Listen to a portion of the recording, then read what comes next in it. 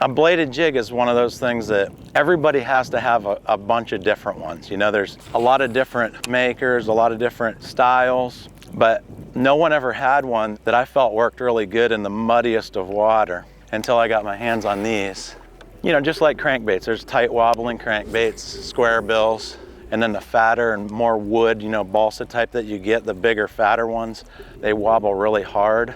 And that's kind of like what this bait is like. It's just got that real thumpy vibration, and it's really good. I mean, I've caught them in clear water on it, but it really shines in places like this where you can't really see more than a foot down, and in places where your water gets blown out or something in a tournament, you get a heavy rain and you go back in there and you just think you can't get a bite. This is one of those baits that'll get you a bite or two.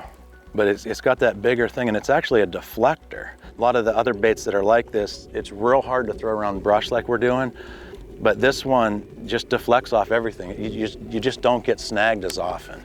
I just always tend to lean toward these bladed baits. I've always, since they first came out, I just got used to the, you know, fishing them and how easy they are to cast compared to, say, a spinnerbait that's always spinning on you and stuff like that. And crankbaits get hung on a lot of things. This is just a good all-around way to fish. Usually make a really long cast with it, letting it sink to the bottom, pumping it like that's a good way to fish it, or just steadily reeling it until you hit that grass, and when you hit it, just giving a little twitch like that. You know, you can feel when you get bogged down on a crankbait, you get a ton of grass on there, but with these, you can tell when you get the tiniest little leaf. I mean, it just does not work. The blade quits vibrating, so you know when something's on there. And you just give it a sharp little pop like that and it clears it every time. And a lot of times that's when your bites come.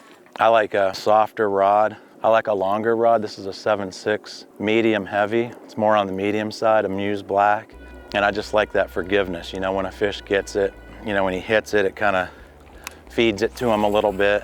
So having the right equipment, you know, a high-speed reel, long rod, soft rod, it's pretty critical with this type of bait. You know, fishing a vibrating jig like this it's really fun and it's really easy, and fish bite it everywhere. So it's still fairly new to the general public.